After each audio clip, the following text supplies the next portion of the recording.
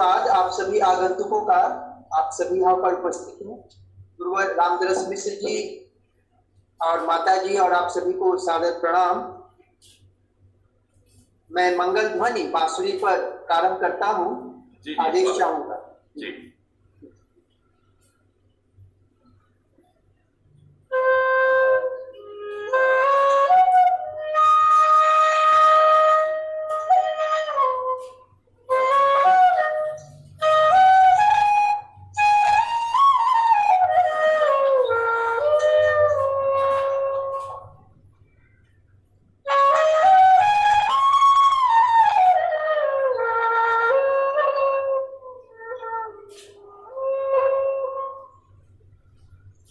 ऐसी ऐसी लागी लगन मीरा हो गई मगन। ये मिश्र पीलू की छाया लेकर के एक राग है अपना, उसी से प्रारंभ करता हूँ जी डॉक्टर साहब।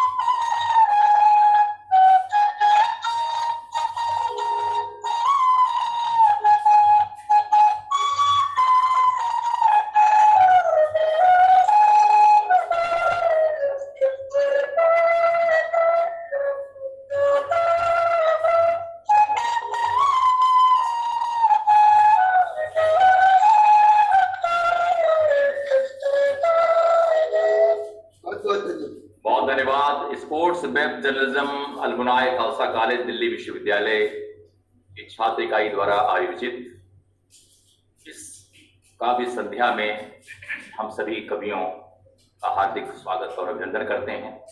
हम सभी रसज्ञों का अभिनंदन करते हैं जो शब्द और कविता की प्रत्याशा में यहाँ खिंचकर चले आते हैं।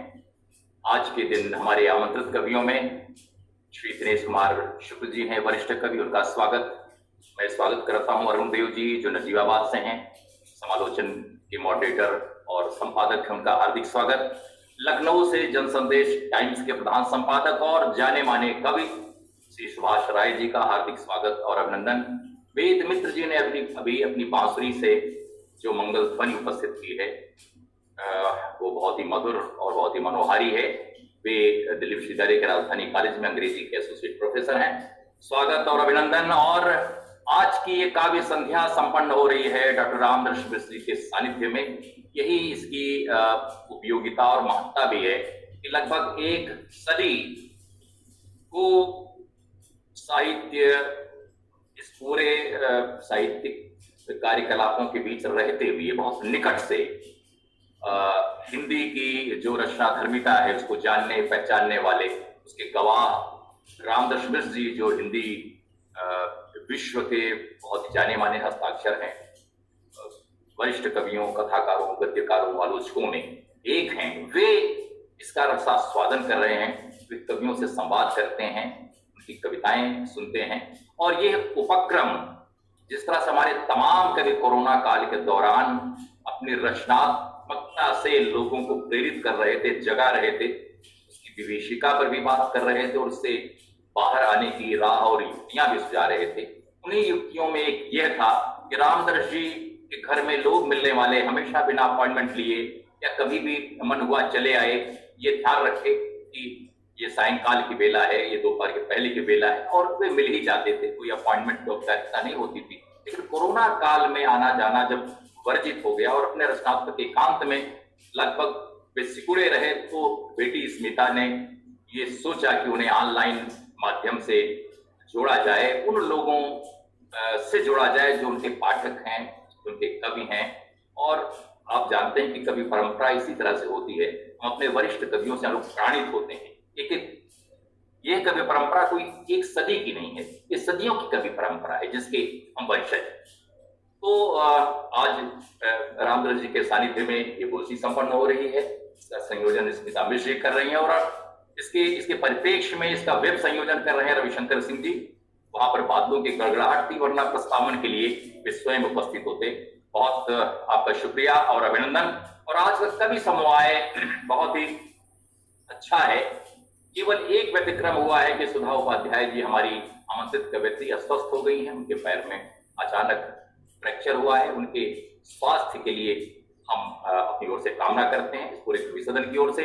तो आज का जो कवि समुदाय है उसमें सुभाष राय जी हैं, जिन्होंने कि न केवल अपने कविता कर्म के द्वारा अपने छात्र जीवन से लेखन जीवन में उतरने के बीच उन्होंने जो यात्राएं की हैं उसका लेखा जोखा भी एक दिन अपने पटल पर रखा था। उस शब्द संघर्ष के अलावा आज जो अखबार और मीडिया संस्थान हैं उनमें बहुत कम हैं जो लोकतांत्रिक हैं, जो लोक के स्वर को मुखरित करते हैं और उसमें प्रतिरोध को और विपक्ष को अपना अधिकार मानते हैं। जब विपक्ष हमारे यहाँ से लगभग खत्म हो चला है, शब्द और कविता की भूमिका में रहने वाले, अखबारों की भूमिका में जो रहने वाले संपादक हैं, उनकी ओर हम आशा की निगाह से देखते हैं और उस आशा और उम्मीद पर काफी हद तक खरे दिखते हैं सुभाष राय जी। वैसे ही अपनी कविताओं में तेजस्वी हैं।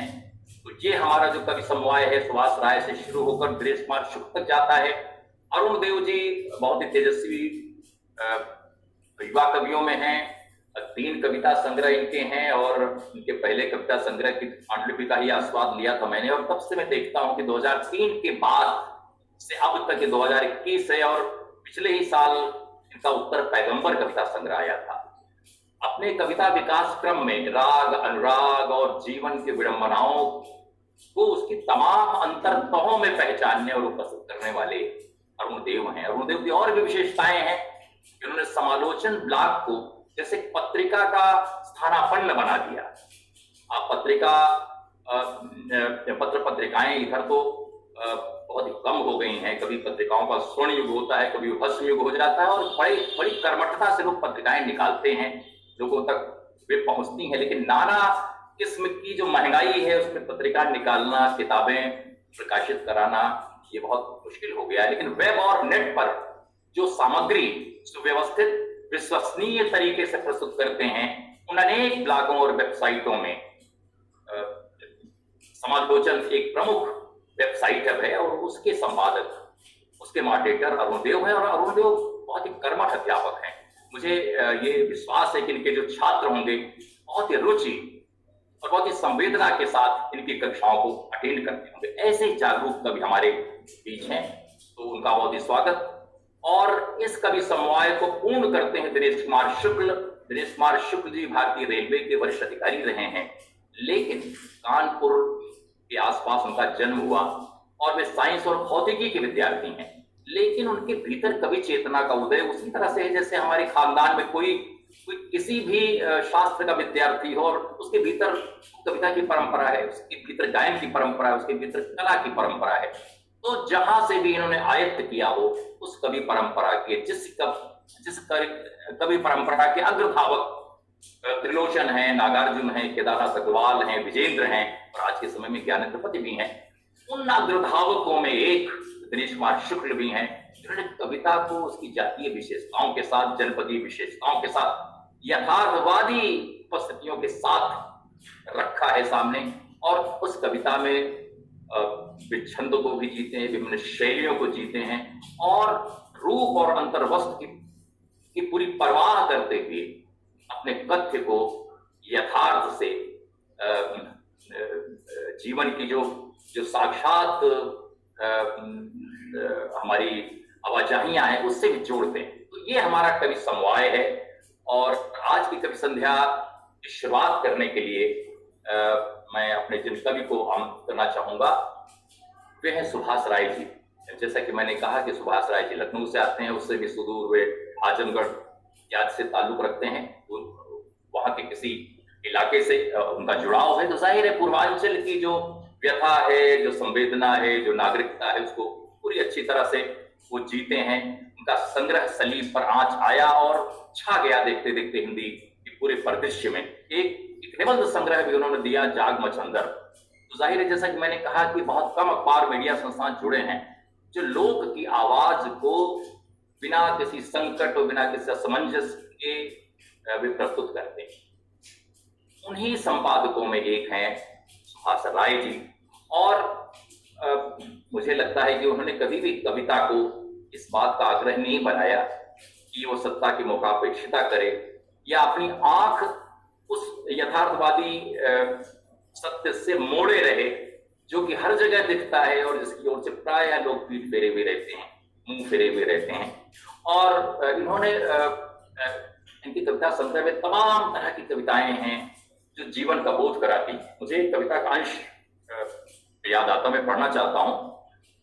मृत्यु को लेकर इनके पास कई कविताएं, हालांकि मृत्यु के लिए भी बहुत अच्छी सीरीज चलाने वाले अरुण देव भी हैं, वे आगे की परंपरा के हमारे कवि हैं। माने आज की इस सत्र की जो परंपरा बन रही है, लेकिन सुभाष राय जी ने भी मृत्यु को जैसे जीवन की तरह लिया है। वे कहते हैं मृत्यु के बगैर जीना संभव नहीं, जीने के लिए मरने की तैयारी बहुत जरूरी है। ये इनका फलसफा है। और एक कविता में कहते हैं कि जैसे पेड़ मर मर कर जीवित होता है जमीन पर गिरे हुए अपने बीजों में, उसी तरह मैं भी बार बार मरना चाहता हूं नई जमीन में नए सिरे से उगने के लिए। मैं जानता हूं कि मृत्यु का सामना करके ही जीवित रह सकता हूं, ये मृत्यु का सामना करके जीवित रह सकता हूं। जाहिर कि जिजीविषा के पक्ष में हमारे कवि सुभाष राय जी हैं। बहुत स्वागत और अभिनंदन। सुभाष राय जी लगातार कविताएं लिख रहे हैं और हम इनका इस पटल पर जिसका सानिध्य रामदर्श जी कर रहे हैं और उनकी छत्र छाया में, उनके सानिध्य में इसका भी पाठ का महत्व है। इसे देश विदेश के काफी लोग इसको सुन रहे हैं। तो आपका स्वागत और अभिनंदन सुभाष राय जी। लगभग 10-12 मिनट में 3-4-5 कविताएं जो भी सुना सकें, स्वागत आपका।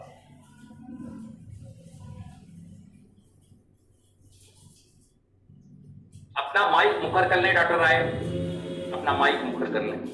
रामधनस सर को प्रणाम करता हूँ, सारे मित्रों को नमस्कार करता हूँ और कविताएं शुरू करता हूँ बिना किसी लाग लपेट के। जी जी स्वागत। पहली कविता है जागना, शीर्षक है जागना। जागते रहो कि जागते रहना ही बचे रहने की पहली शर्त है। जागते रहो कि जागते रहना ही बचे रहने की पहली शर्त है। सिर्फ जगे हुए लोग ही देख सकते हैं लंबे रास्तों में दर के पुल, आसमान में घिरते काले बादल, वही समझ सकते हैं आतताई का छल। जागते रहो यह जानकर भी कि जागते रहने पर दुख और रोना ही आता है हिस्से में। जो जागते रहते हैं सिर्फ उन्हीं पर रहती है तानाशाह की नजर, वही सबसे ज्यादा खतरे में होते हैं, उन्हीं को सुला देने की सबसे ज्यादा कोशिशें होती हैं। दूसरा टुकड़ा है इसका, जो आज नींद में है वही कल पुरस्कृत होंगे। तानाशाह खुश है कि बीमारी और लाचारी में भी गहरी नींद सो सकती है प्रजा। तानाशाह खुश है कि बीमारी और लाचारी में भी गहरी नींद सो सकती है प्रजा। कम लोग जानते हैं कि नींद में सिर्फ मृत्यु का दरवाजा खुलता है। नींद टूटने पर ही पता चलता है कि नींद कितनी लंबी थी, नींद में कितने सपने मारे गए। जब तक हम जागते हैं नींद जा चुकी होती है, हमारी उम्र का एक हिस्सा चुराकर तानाशाह की निश्चिंतता थोड़ी और बढ़ाकर, तानाशाह की थोड़ी और बढ़ाकर। बहुत अच्छी कविता कट रहा है। दो छोटी छोटी कविताएं, चिट्ठियां शीर्षक है। मैं लिखता रहा लगातार चिट्ठियां तुम्हारे नाम, बस पता नहीं था मेरे पास तुम्हारा, बस पता नहीं था मेरे पास तुम्हारा। अब चिट्ठियों से भर गया घर, मैं आ गया बाहर। तुम्हारा पता मिले तो मुझे वापस जाने का रास्ता मिले, तुम्हारा पता मिले तो मुझे वापस जाने का रास्ता मिले। दूसरा टुकड़ा है सर, मैंने लिखा प्यास और एक नदी बह निकली। मैंने लिखा प्रेम और धरती आसमान से लिपट गई। मैंने लिखा सपने और कंधों पर पंख उगाए। क्या बात है। धन्यवाद सर, धन्यवाद। मैंने लिखा इन सपनों में शामिल हो तुम, और शब्द महक उठे और शब्द। बहुत अच्छा, वाह। शीर्षक है, छोटी कविता है, सुंदरतम। सुंदरतम जी। प्रकृति रचती रहती है सुंदर, बहुत सुंदर। प्रकृति रचती रहती है सुंदर, बहुत सुंदर। जो बहुत सुंदर है वो बहुत देर तक बहुत सुंदर नहीं रह सकता। जो बहुत सुंदर है वह बहुत देर तक बहुत सुंदर नहीं रह सकता। प्रकृति रचना चाहती है उससे भी सुंदर, प्रकृति रचना चाहती है उससे भी सुंदर, क्योंकि अभी रचा जाना बाकी है सबसे सुंदर। क्योंकि बहुत अच्छा, वाह। यात्राएं जी। मैंने नदियों के किनारे घर बनाए, हजारों वर्षों से भागता रहा उनके पीछे। मैंने नदियों के किनारे घर बनाए, हजारों वर्षों से भागता रहा उनके पीछे। उनमें बहता रहा, तैरता रहा, अपनी ही खोज में कई बार डूबा भी, अपनी ही खोज में कई बार डूबा भी। उनसे मांगता रहा दाना पानी, उनकी उंगलियां पकड़कर पार करता रहा जंगल। उनके साथ पहुंचता रहा नई भाषाओं और अजानी सभ्यताओं के देश में। उनके बहने की ध्वनियों से सीखता रहा जीवन का छंद, उसकी लय, बहते जाना निर्भय। उसके बहने की ध्वनियों से सीखता रहा जीवन का छंद, उसकी लय, बहते जाना निर्भय। सरस्वती की तलाश में युग युगों से आता रहा संगम की भूमि। सरस्वती की तलाश में युग युगों से आता रहा संगम की भूमि पर पहाड़ों पर चढ़ता रहा मनुष्यता के शिखर की खोज में, पहाड़ों पर चढ़ता रहा मनुष्यता के शिखर की खोज में, सारा जीवन यात्राओं में बीता, सारा जीवन यात्राओं में बीता, गुजरा बर्फीली घाटियों, अंधेरी सुरंगों में, बिना डरे मृत्यु से पूरी तरह बेपरवाह। इसी तरह जाना आत्मा की अमरता का अर्थ, इसी तरह जाना आत्मा की अमरता का अर्थ, और यह भी कि रुक जाना ही मर जाना है।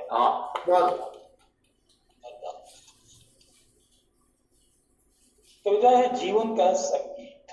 ये जो भी कोरोना काल था, बहुत संकट था, बहुत रुदन था, लेकिन हम सारे लेखक और कवि एक उम्मीद के साथ जी रहे थे कि शायद आने वाले समय में और अच्छी परिस्थितियां। बिल्कुल, उसी उम्मीद की कविता है ये।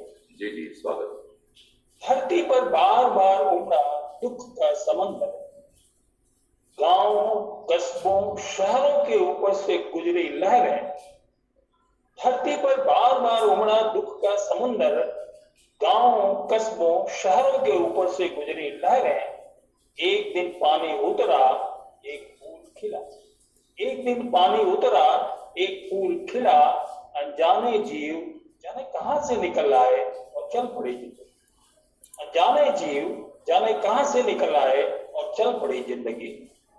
एक उल्का पिंड जलता गहराता पृथ्वी से टकराया, एक उल्का पिंड जलता गहराता पृथ्वी से टकराया। लाखों कुंतल गर्म राख छा गई आसमान पर। एक दिन एक किरण उतरी वीराने में, सूखे विशाल गह्वर से निकल पड़ी लताएं, पत्थर चीर कर निकल आई झाड़ियां। जीवन का संगीत बज उठा वर्षों से फैले अंधेरे के बीच। बहुत धन्यवाद। महामारियां आई, सैकड़ों बार तबाही की धुन बजाती। महामारियां आई, सैकड़ों बार तबाही की धुन बजाती, आदमी का मजाक उड़ाती, हाहाकार मचाती। महामारियां आई, सैकड़ों बार तबाही की धुन बजाती, आदमी का मजाक उड़ाती, हाहाकार मचाती। लेकिन बार बार जिंदगी संभली, उठ खड़ी हुई। अंतरिक्ष की विद्युत शक्तियों ने थामा उसका कमजोर हाथ। जब सब कुछ छूट गया तब भी नहीं छूटा उम्मीदों का साथ। जब सब कुछ छूट गया तब भी नहीं छूटा उम्मीदों का साथ। बहुत बढ़िया। उस समय साहित्यकार या कवि उस समय को भी दर्ज करता है। उस समय क्या स्थिति थी? अभी 2 महीने 3 महीने पहले एक डरावना शोक, शीर्षक है डरावना शोक। फिलहाल मृत्यु के अलावा कोई विषय नहीं बचा बात करने। फिलहाल मृत्यु के अलावा कोई विषय नहीं बचा बात करने के लिए, और मृत्यु मौका नहीं दे रही कुछ कहने का, और मृत्यु मौका नहीं दे रही कुछ कहने का। सब के सब भाग रहे मृत्यु से बचने, सब के सब भाग रहे मृत्यु से बचने के लिए। जो निकल गए थे महज सड़कों पर, वे भी लौट पड़े हैं घरों की ओर। सुबह शाम पहले जैसी हो रही है, लेकिन किसी को इसमें कोई दिलचस्पी नहीं। सुबह शाम पहले जैसी हो रही है, लेकिन किसी को इसमें कोई दिलचस्पी नहीं। दीवारें, खिड़कियां बंद कर रखी हैं सबने, ऐसे कि सूरज भी ना आए घर में। दीवारें, खिड़कियां बंद कर रखी हैं सबने, ऐसे कि सूरज भी ना आए घर में। बादल, आसमान, चिड़ियों की आवाजें कुछ भी भीतर नहीं आ पा रही, कुछ भी भीतर नहीं आ पा रही। संभव है किसी सुंदर लगने वाली चीज में लिपट कर ही भीतर आ जाए मृत्यु। संभव है किसी सुंदर लगने वाली चीज में लिपट कर ही भीतर आ जाए मृत्यु। समय का पहिया मनुष्य की सांसों को कुचलता हुआ निकल रहा है। समय का पहिया मनुष्य की सांसों को कुचलता हुआ निकल रहा है। उसकी गति बहुत तेज है, नहीं दिखता वो किधर जा रहा है।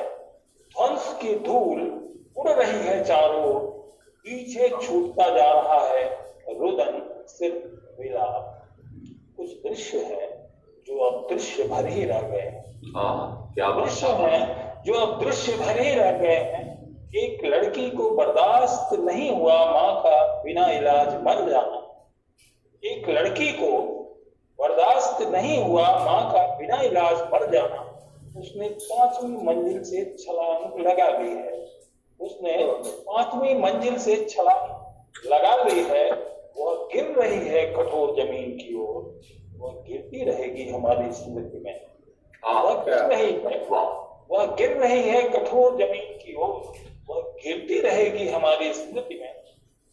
अस्पतालों के बाहर सड़कों पर बिछी हुई हैं धीरे धीरे मरते हुए लोगों की कलाएं। अस्पतालों के बाहर सड़कों पर बिछी हुई हैं धीरे धीरे मरते हुए लोगों की कलाएं। वे धीमी होती जा रही हैं, धीमी और धीमी। वे अगले किसी क्षण बंद हो जाएंगी, परंतु गूंजती रहेंगी पीढ़ी दर पीढ़ी भविष्य के इतिहास में। और गूंजती रहेंगी पीढ़ी दर पीढ़ी भविष्य के इतिहास में। एक बदहवास माँ अपने बच्चे को गोद में लिए भाग रही है इधर।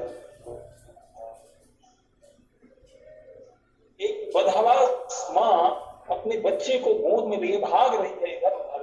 उसे नहीं पता कि बच्चे की सांसें थम चुकी हैं। उसे नहीं पता कि बच्चे की सांसें थम चुकी हैं।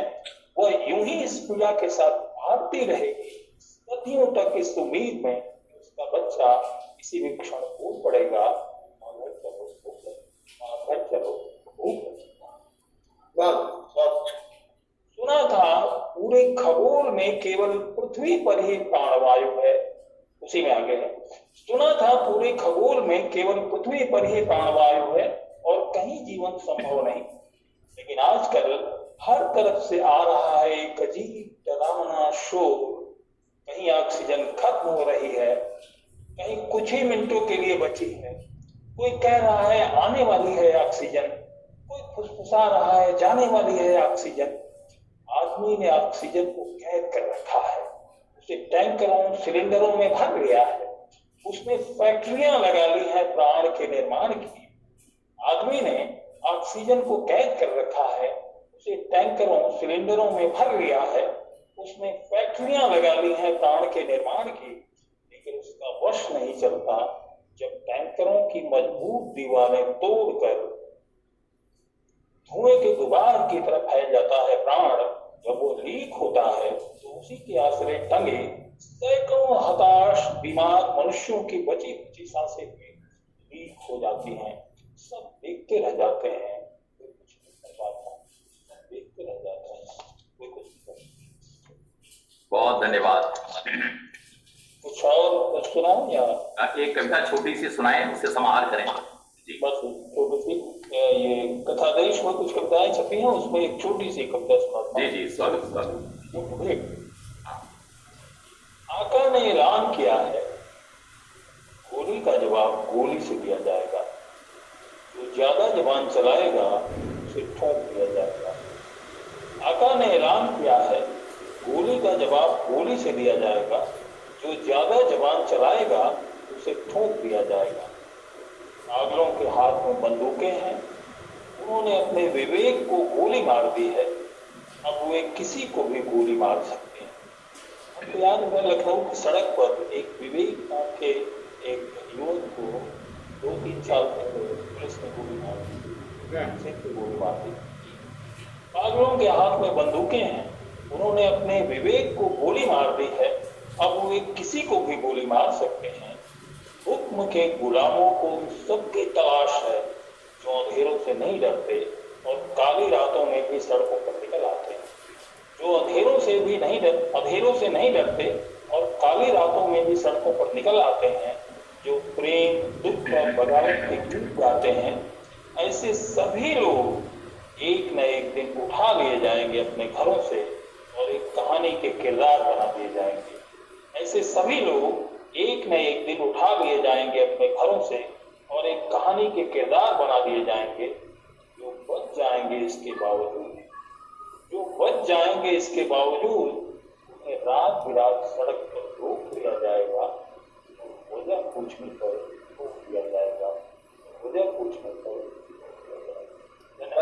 बहुत धन्यवाद डॉक्टर राय की जो कविताएं हैं उसके बारे में अब कोई तफसील आवश्यक नहीं है, क्योंकि कविता अपने आप में इतना बड़ा कैनवस, इतना बड़ा परिदृश्य देती है, और उनका एकमात्र वाक्य वंश की धूल उठ रही है चारों ओर, सारी डिटेलिंग को समाकर उसके सत्व तत्व को एक वाक्य में जैसे निमज्जित कर देती है।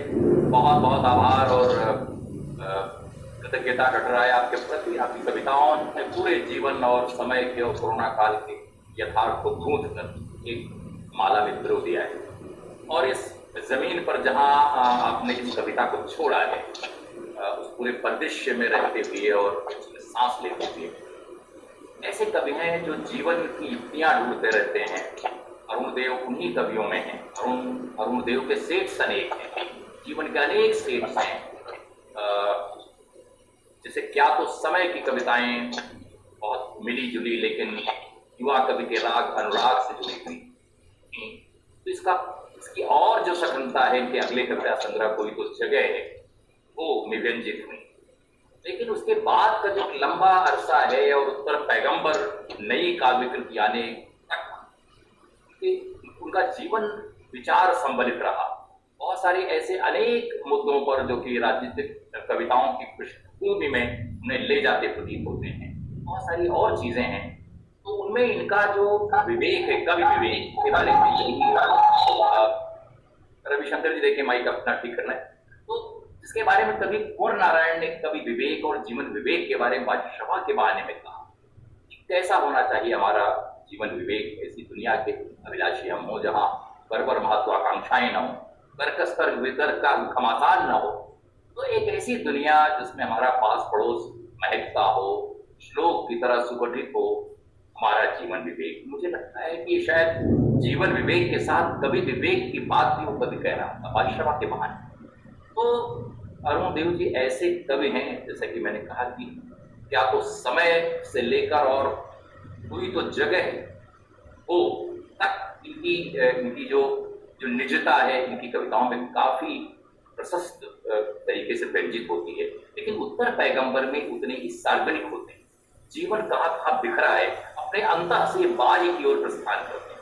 उस बाह्य की ओर प्रस्थान करने में भी अपनी डिटेलिंग पर ऐसा संयम लगाते हैं कि बात वही कहते हैं, चाहे पुरस्कार के बारे में हो, कपले हो, या चाहे रफी के संगीत के बारे में हो, रफी के गीत इत्यादि के बारे में हो, और बहुत सारी जैसे कुल मिलाकर उत्तर पैगंबर जो कविता है, शब्दों की कविता है, बहुत सारी कविताएं हैं। कुछ कविताओं को उदाहरण भी दे रहा हूँ क्योंकि केवल अनगूंज रह जाती है, हमें शीर्षक याद रहते हैं कि कवि कहाँ हमें ले जाता है, किस पर छोड़ देता है, और बाकी हमसे डिटेलिंग भूल जाती है। तो उस तरह के कवि हैं अरुण देव। जैसा कि मैंने कहा कि इसका जो उत्तर पैगंबर है वह बहुत ही परिपक्व कवि के रूप, विचारशील कवि के रूप में, और अभी लगभग 50 के होने को हो जाएंगे या हो रहे होंगे।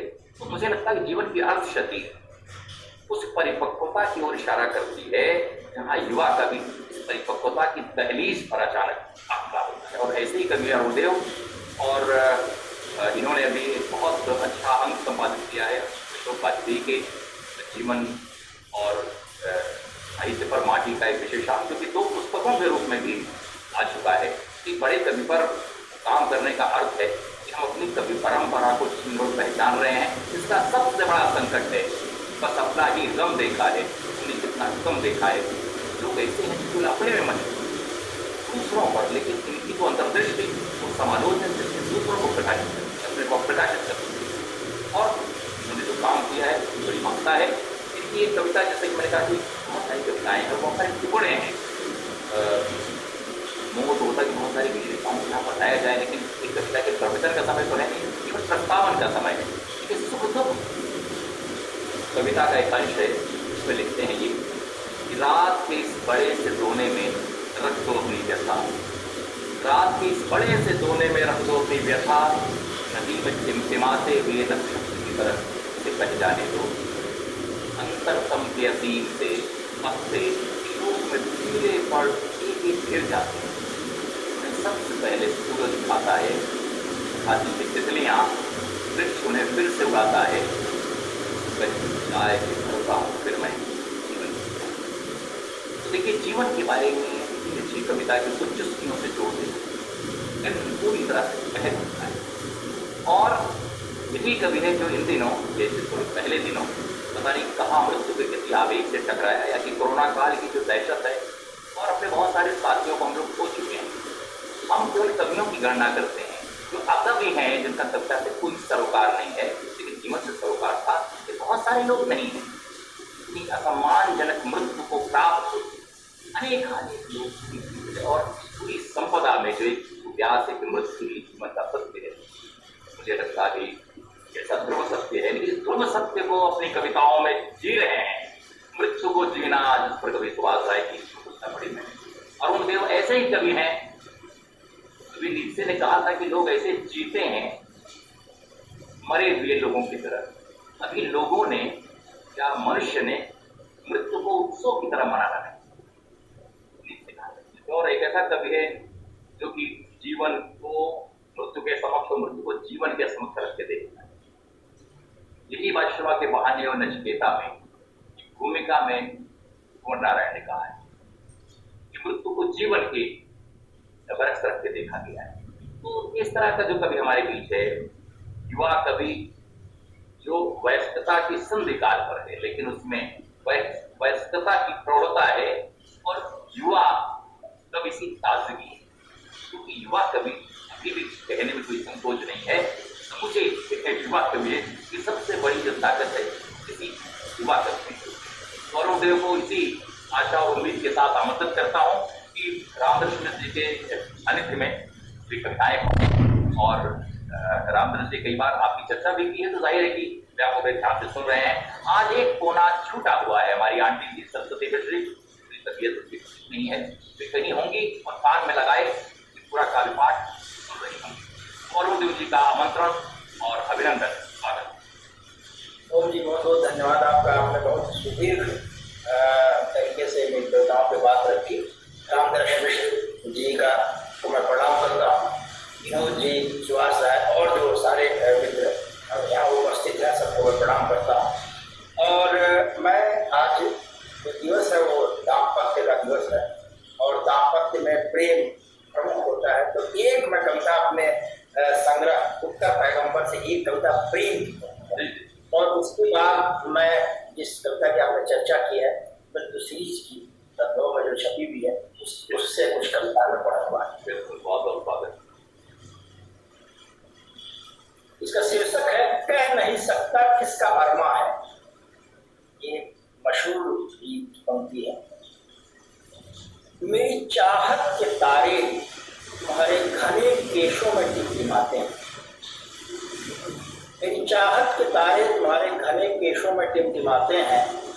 मेरी रातों में तुम्हारी उजली हंसी है। मेरी आंखों के लंबे रेगिस्तान में भटकती हुई तलाश है। तुम्हारे पहाड़ों पर मैं मुलायम घास दरख्त उगाया। तुम्हारे सलवटों में पसीने का ये जो नमक है, तुम्हारी सलवटों में पसीने का ये जो नमक है वो मेरी अरमा के समुद्र का किनारा है। रात रानी की खुशबू मेरे आंगन में बिखरी है, वो उन्हें हर सुबह ताजा रखती है।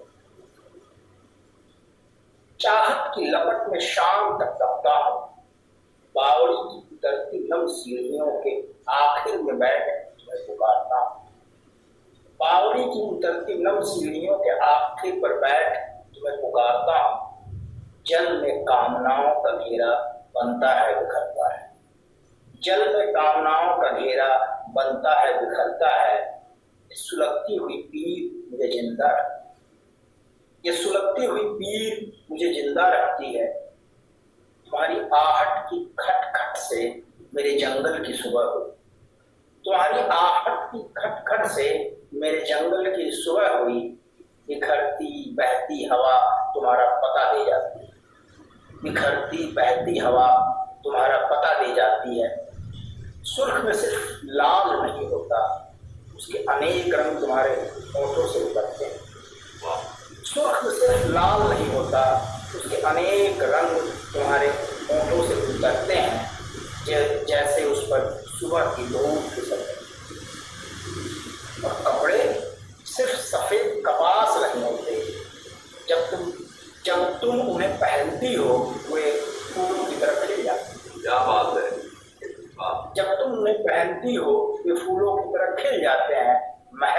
तुम्हारे पराग से।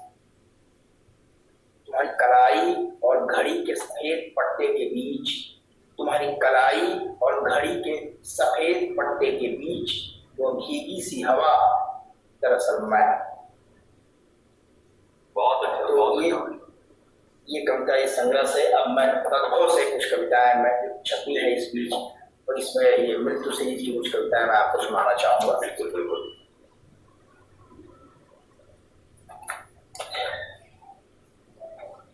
जीवन को मृत्यु के आगमन का पता चल जाता है। उसकी सुवास से भर उठती है देह जो जर्जर तक बैठी थी। के निकट जीवन निष्कलुष खिल उठता है।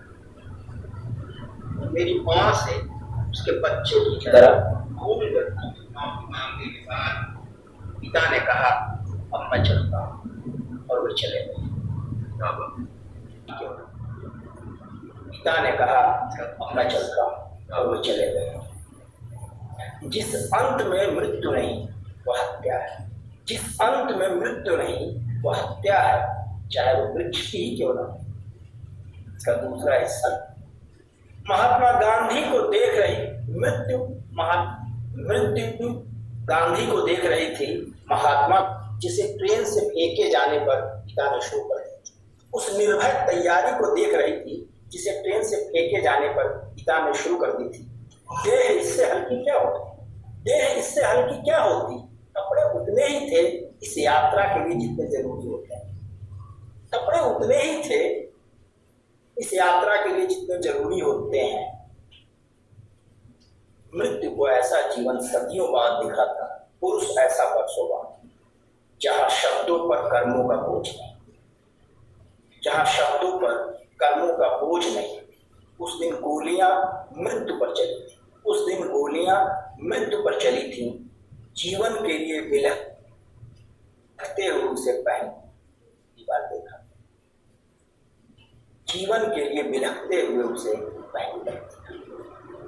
अगला हिस्सा, तमसा नदी के तट पर क्राउच नहीं मरा था, कवि जीवित हुआ।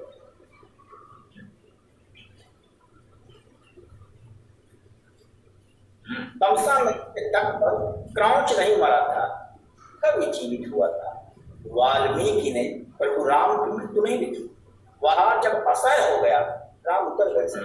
विजय का भार जब असह्य हो गया राम उतर गए सरयू में। मृत्यु ने न सीता को छुआ था न लक्ष्मण को। मृत्यु ने न सीता को छुआ था न लक्ष्मण को। आत्मघात अनुत्तरित, आत्मघात अनुत्तरित है। कृष्ण की नहीं हुई थी मृत्यु। अनश्वरता से उद्विग्न कृष्ण ने चुने अपने तलवे के लिए नुकीले बाण। कृष्ण की नहीं हुई थी मृत्यु। अनश्वरता से उद्विग्न कृष्ण ने चुने अपने तलवे के लिए नुकीले बाण। हत्याओं का महासिलसिला कहीं तो रुके। 80 वर्ष जीने के बाद बुद्ध ने स्वागत किया यह कहते हुए मृत्यु का, मैं एक टूटा छकड़ा हूं जिसे बांस के टुकड़े जोड़कर बस चलाया जा रहा है। उद्धा और हेणावती नदी पार कर, उद्धा और हेणावती नदी पार कर उसी नारा में मृत्यु से मिले बुद्ध। उसी नारा में मृत्यु से मिले बुद्ध। जैसे ज्ञान से मिलता है शील, जैसे ज्ञान से मिलता है शील और छोड़ जाता है आत्मा का जलता हुआ, जहां वर्षों बाद पैदा हुए अज्ञे और यह कवि। बहुत बहुत। दादी के पास जब मृत्यु आई सफेद केश देखकर आई। दादी के पास जब मृत्यु आई सफेद केश देखकर आई। कहते हैं गलती से एक बार पहले आ गई थी। दादी ने काले केशों से सफेद अलग करने में उसे लगा दिया। दादी ने काले केशों से सफेद अलग करने में उसे लगा दिया। मां को मैंने मृत्यु से डरते हुए नहीं देखा। जो मृत्यु का विलोम रचते हैं वे क्यों कातर हो? जो मृत्यु का विलोम रचते हैं वे क्यों कातर हो? कई बार तो ऐसा लगता है जैसे माँ मृत्यु की तिथि बैठा रही है। रिश्ते में कहीं किसी की उम्मीद बदती और वे मृत्यु को मना कर देती। बेटी की बेटी की शादी देखकर मरूंगी, जाओ यहां से जाओ। स्त्रियां मृत्यु को मना कर सकती हैं, सत्यवानों के लिए करती आई हैं। जो स्त्रियां मरती हैं उन्हें मृत्यु नहीं जीवन मारता है। अगली इसका अगला अंश। अंत में मृत्यु के महाकवि कबीर ने इकट्ठे किए ढीले पर्दे सो। अंत में मृत्यु के महाकवि कबीर ने इकट्ठे किए ढीले पड़ गए सो, जीवन के कपास से जिसे वे काटते रहे थे उम्र भर। कंधे पर चढ़ाकर अंतिम बार हुई चादर, ये दाग, न हुकुम न हुजूरी, वही अनबय। सेज सुनी थी, पल तप रहा था, बड़ा लंबा इंतजार रहा। लोक लाज कुल और मर्यादा के धागे अपने को थे। स्त्रियों ने शुरू किया मंगलाचार, सज कर दुल्हन आई अविनाशी के साथ भावर लेने। दसों दिशाओं ने कुंभ के जल को जल में गिरते हुए, दसों दिशाओं ने कुंभ के जल को जल में गिरते हुए देखा। मृत्यु ने अंततः कवि को फूल में बदल दिया। अम्लान जीवन के प्रति ये उसके जुड़े हुए हाथ थे। एक दो कविता मेरे ख्याल से गुंजाइश है। हाँ बिल्कुल बिल्कुल सुनाए जी जी। हाँ दो कविताएं मैं सुनाती हूँ, इसको मैं बस बताऊंगा।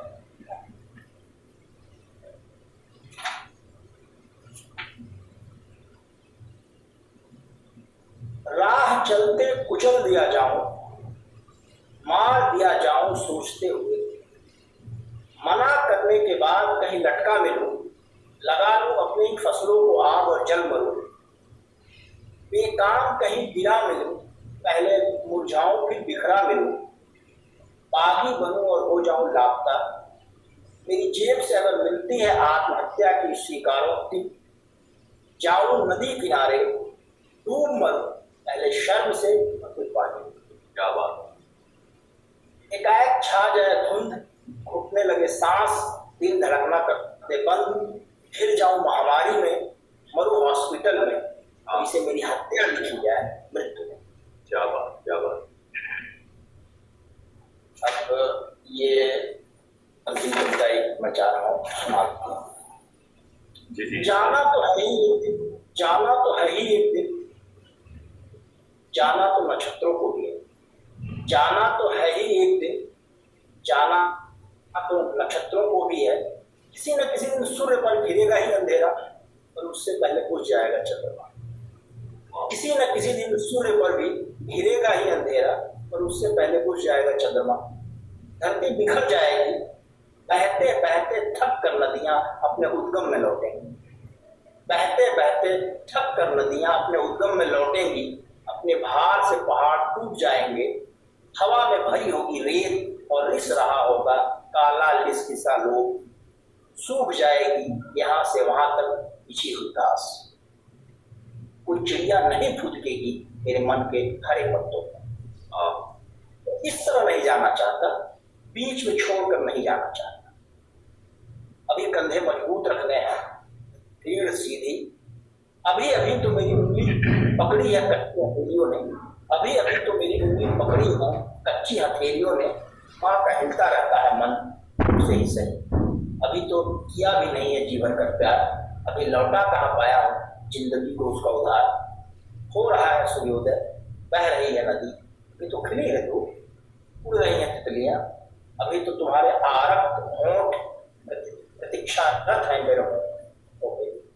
अभी तो तुम्हारे आरक्त होंठ प्रतीक्षारत है मेरे होंठों के लिए। जब होगा समय चला जाऊंगा। अभी बहुत खूब अरुणदेव जी, आपने इतने सेट्स मृत्यु के और जीवन से जुड़ी मृत्यु भी है, उसी तरह से रात और दिन से निस्तार तो है नहीं, लेकिन इतने बारीक अर्थों में मृत्यु को आपने इन कविताओं में देखा है। और कविता यही करती है, वो नए अर्थों का उद्घाटन करती है, नया कोई अर्थ आविष्कृत करती है। कहीं कोई जो जगह होती है जहाँ पर कभी जा सकता है अंततः, और वही जा सकता है, वैसा कुछ आपने अनुभव किया है। और इन चीजों से हर आदमी वाबस्ता है, गुजरता है, लेकिन कहता कोई है। तो बहुत आभारी हूं मैं। और अब आज के आमंत्रित कवियों में हमारे वरिष्ठ कवि हिंदी के दिनेश कुमार शुक्ल जी हैं, जिन्होंने लगभग 4 दशक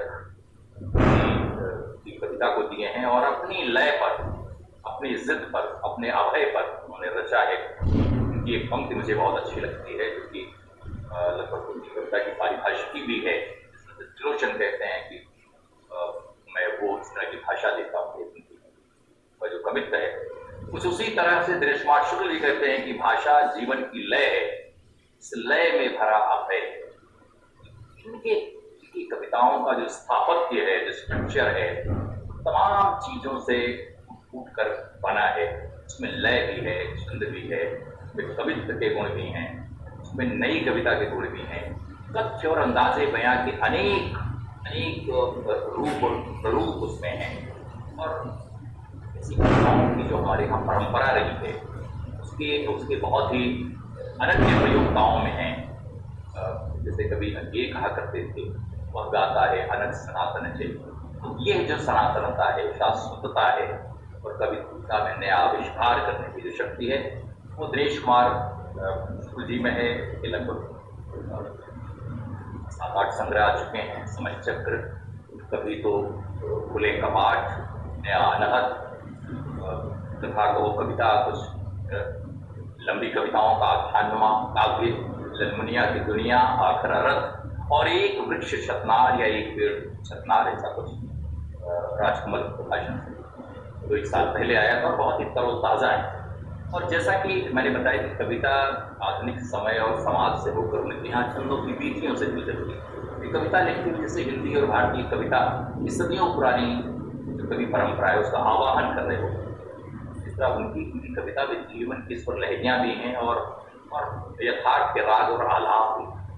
और उनके भीतर मैंने देखा कि शायद या तो एक पेड़ छतनार या कहीं उनका एक ऐसा सुगठित छंद उनके भीतर है। मुझे लगता है कि जिस कवि के भीतर ऐसा लय है, वो ये किसी वाक्यांश को लय में ढालते हैं। हमारे यहाँ शब्द और वाक्य ही पूर्णतः कविता की परिभाषा पाते हैं और ये सदियों से होता आया है।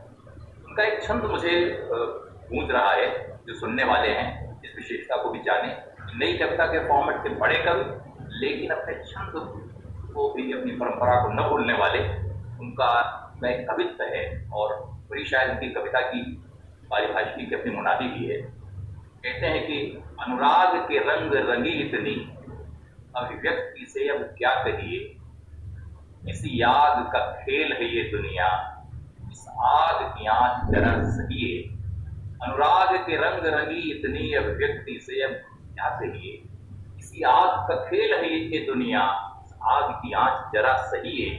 यही फूल में, अन्न में, गोबर में, इसमें नित अर्थ नए लहिए, इसमें ही यथाह प्रवाह भरा गहरी यह था इसी कहिए। यह भाव की भूमि प्रदेश भरी, इसे छोड़ के और कहाँ रहे। यह भाव की भूमि प्रदेश भली, इसे छोड़ के और कहाँ रहिए। इस आग का खेल है ये दुनिया, इस आग की आंच जरा सी। मुझे लगता है कि इन्हीं पंक्तियों में, जैसे कुंवर जी कहते हैं कि अलग से कोई आत्मकथा लिखने की आवश्यकता नहीं है, जो कविता है उसी में वे सारे तत्व समाहित हैं, उसमें उसे पहचानना सीखिए। मुझे लगता है कि इसमें दिनेश कुमार शुक्ल जी की जीवन शैली, इनका जीवन विवेक, इनका कवित्व विवेक, जैसे कि मैंने कहा कि साइंस और भौतिकी की दुनिया के आदमी एक नया शास्त्र खोजता है, अपने जीवन का भी और कविता का भी। मैं बहुत आदर और अभिनंदन के साथ दिनेश कुमार शुक्ल जी का इस मंच पर स्वागत करता हूं, जिसके सानिध्य में हिंदी विश्व के जाने माने कवि रामदर्शन जी। स्वागत और अभिनंदन दिनेश जी आपका। नमस्कार ओम जी, आपको बहुत बहुत धन्यवाद और एक बधाई आपको इसलिए कि आपने मुझको बहुत दिनों बाद हिंदी के उस महान रचनाकार के दर्शन करा दिए यहाँ पर, जिनको पढ़ कर मैं गढ़ा और बड़ा हुआ। उनको हमारे पिता तुल्य मैं तो कहूँगा, मेरे पिता होते तो वो लगभग 100 के 101 के होते तो रामदरस जी मुझे थोड़े ही छोटे हो, 2 वर्षों में बना इसके मेरे लिए बहुत सौभाग्य का विषय है। इसके लिए आप धन्यवाद। तो मैं आचार्य काम करता हूँ, यद्यपि मैं हिंदी का छात्र नहीं रहा हूँ तरीके से, और लेकिन आपको देखता रहा हूँ, आपकी सभाओं में आता रहा हूँ, आपके घर भी आया हूँ, बात ऐसी जगह है तो मैं थोड़ा स्वस्थ भी रहता हूँ और रहने का शौक बड़ा पुस्तक पढ़ के रहता हूँ, तो मैं कुछ कविताएं आपको पढ़ के सुनूं। जी जी स्वागत। और पहली कविता तो है भाई कवि, यहाँ हमारे कई भाई तो वही जी जी। और क्योंकि मैं कनपुरिया हूँ इसलिए कनपुरिया भाषा और कनपुरिया गढ़म का ही छंद नमूना जी। हाँ, बहुत बड़ी नहीं छोटी जी। रचना से बड़ी है रचयिता की आंख,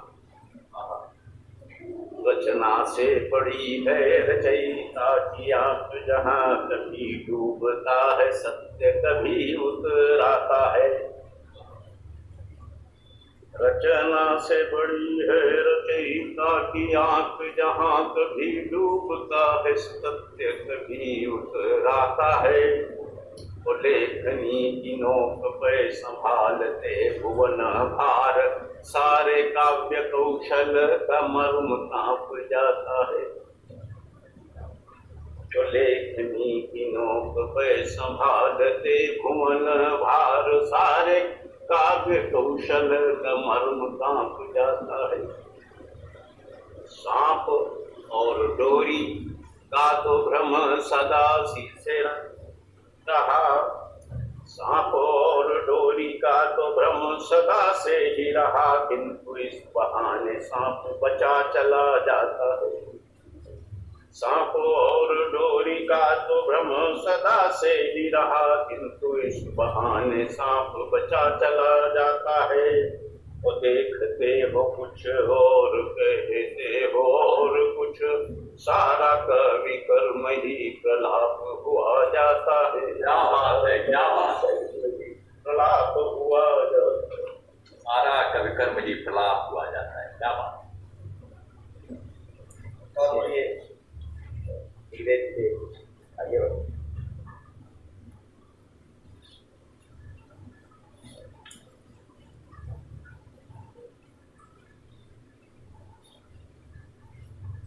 ये कविता भी पुरानी कविताएं अभी पढ़ूंगा पड़ता है, ये पढ़ूं क्योंकि हल्का सा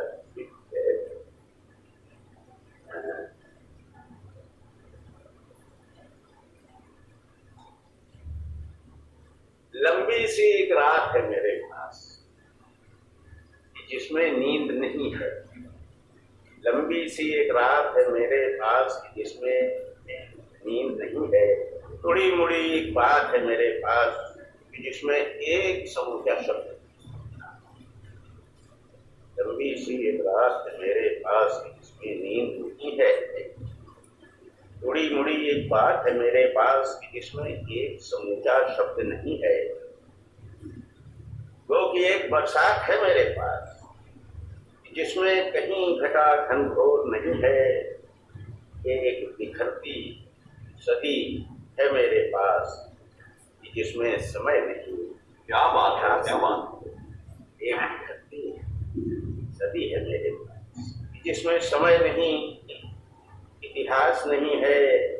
सूरज चंदा थोड़े तारे भी हैं मेरे पास मगर आकाश नहीं।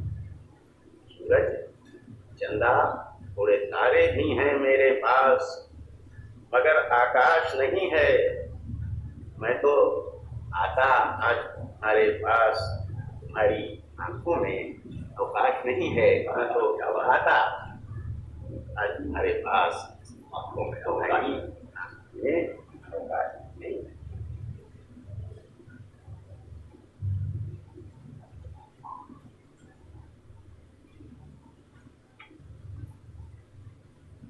ये कविता है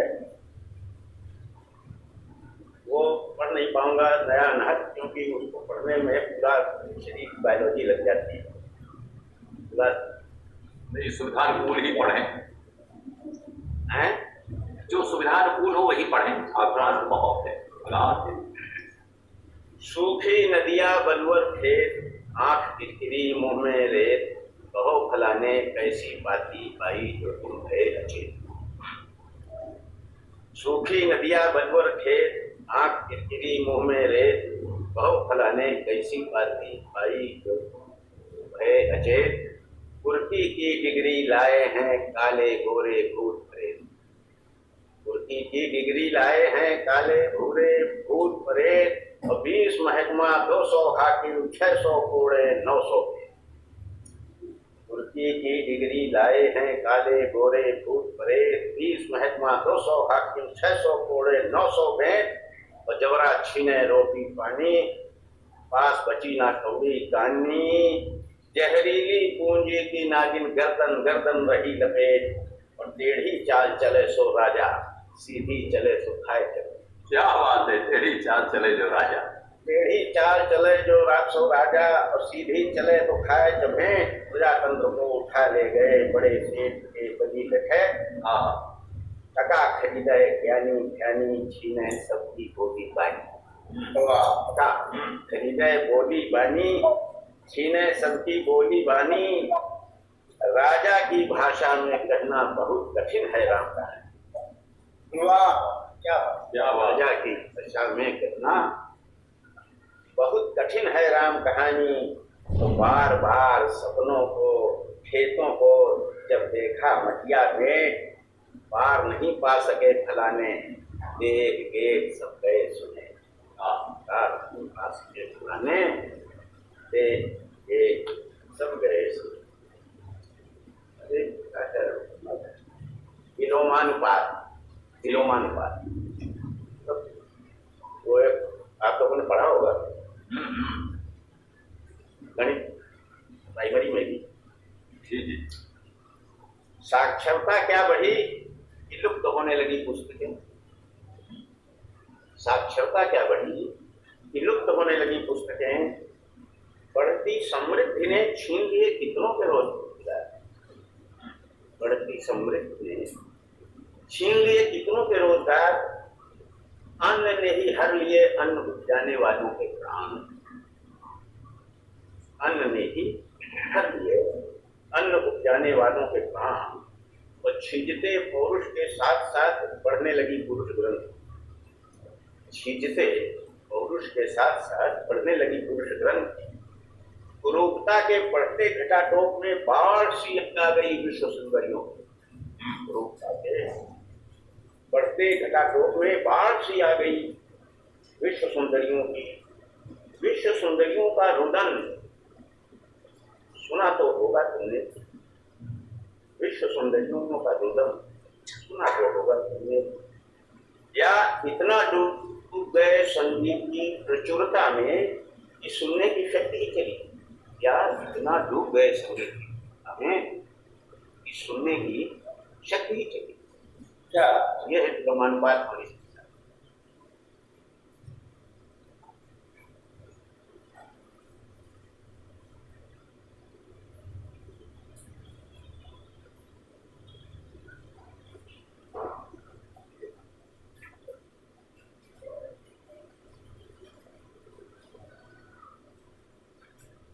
हो सकता है फिर हम लेकर रात माओ की श्वास, या अनायास उठती तरंग, या टूटी हुई ध्वनि का संगीत किए हैं।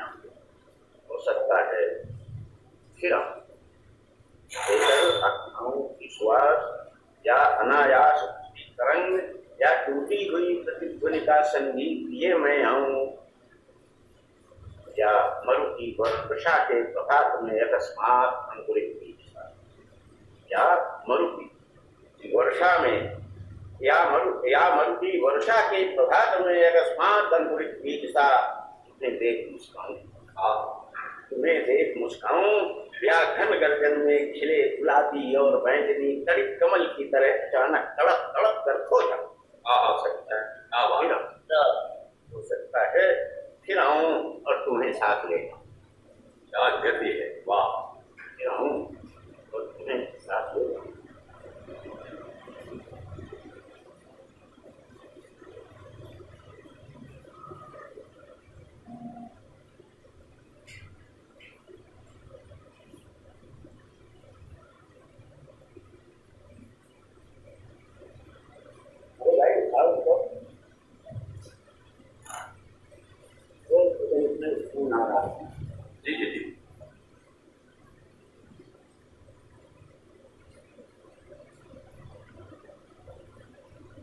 ये बड़ी मुश्किल होती है, मोबाइल में कभी कभी फोन आ जाता है। मेरे इसमें एक फोन कॉल आ गई। चलिए अब तो डिस्कनेक्ट कर दें। डू नॉट डिस्टर्ब लगा देते, उसको तो हो जाता, नहीं आता फिर। हाँ, कोई बात आया, मैंने पहले उसको डिक्लाइन किया लेकिन उसको नहीं पाया जल्दी से। तकनीक के संकट है। हमें चित्र ये कविता जी पता नहीं मैं देखा हूँ ये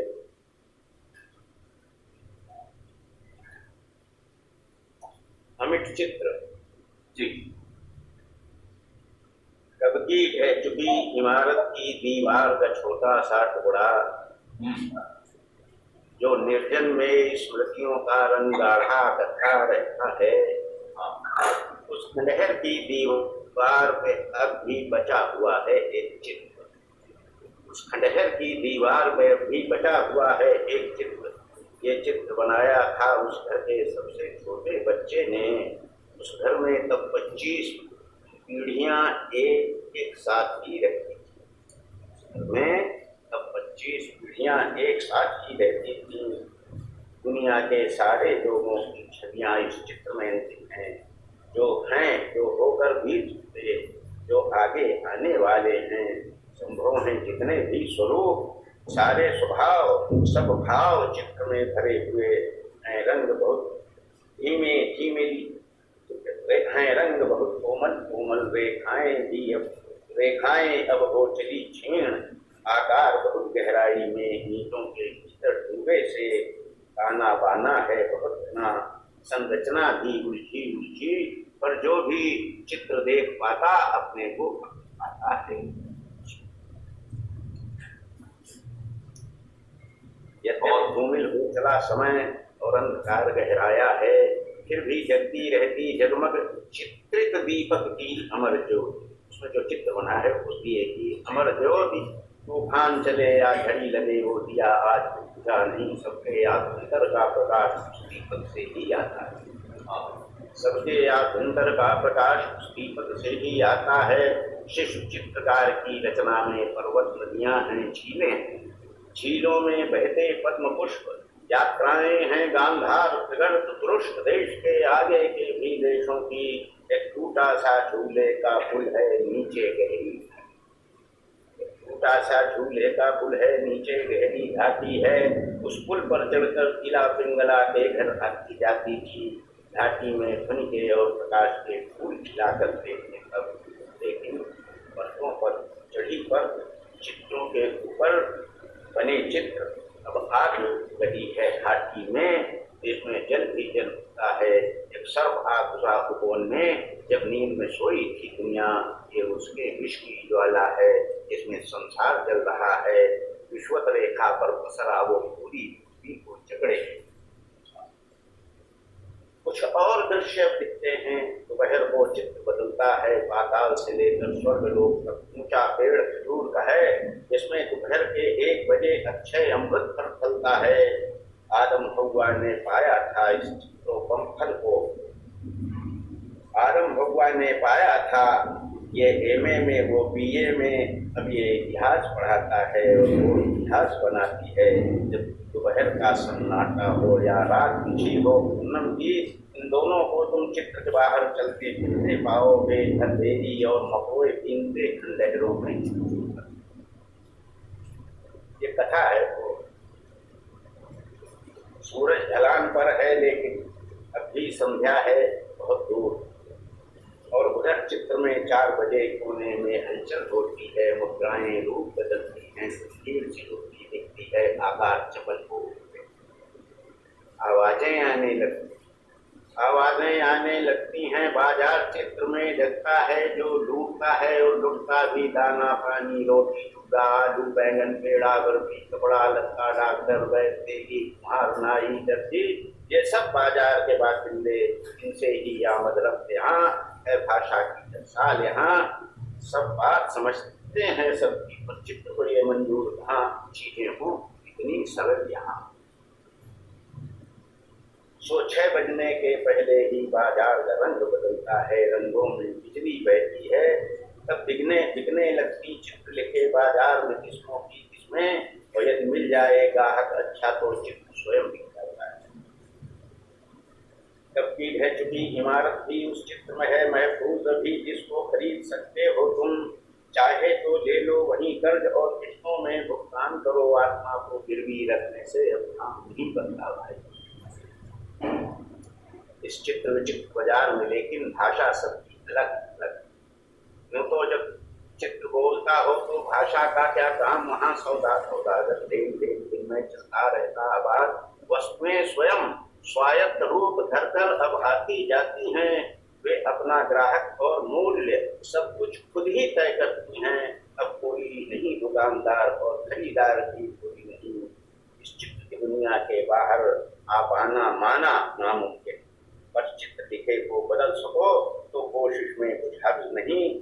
इस चित्र का चित्र भी चित्र में है, जिसमें अंकित है चित्रकार। वो ऊपर बाईं तरफ एक धुंधला धुंधला पुतला जो है, उसकी छवि में तुम खोजो तो पा सकते हो।